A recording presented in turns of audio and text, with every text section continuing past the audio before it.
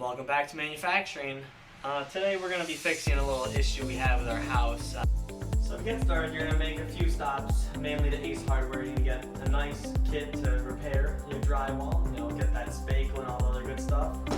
You're going to take a sample from that hole and ask them to color match it so now we've got the exact color. And then you can't repair a hole without leaving it better than it was. So we're going to put these bad boys inside the wall.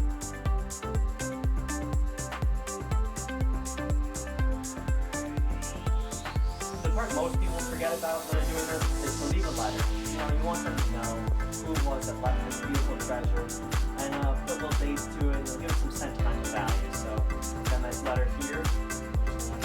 Put that in there. I'm just going to apply a nice spackle just right on your.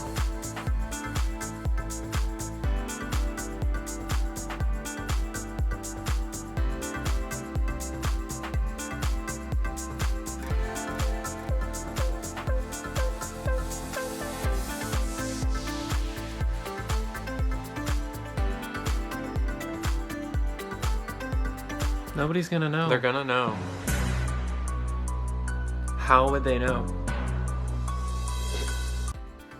So now you can see there's no hole there anymore.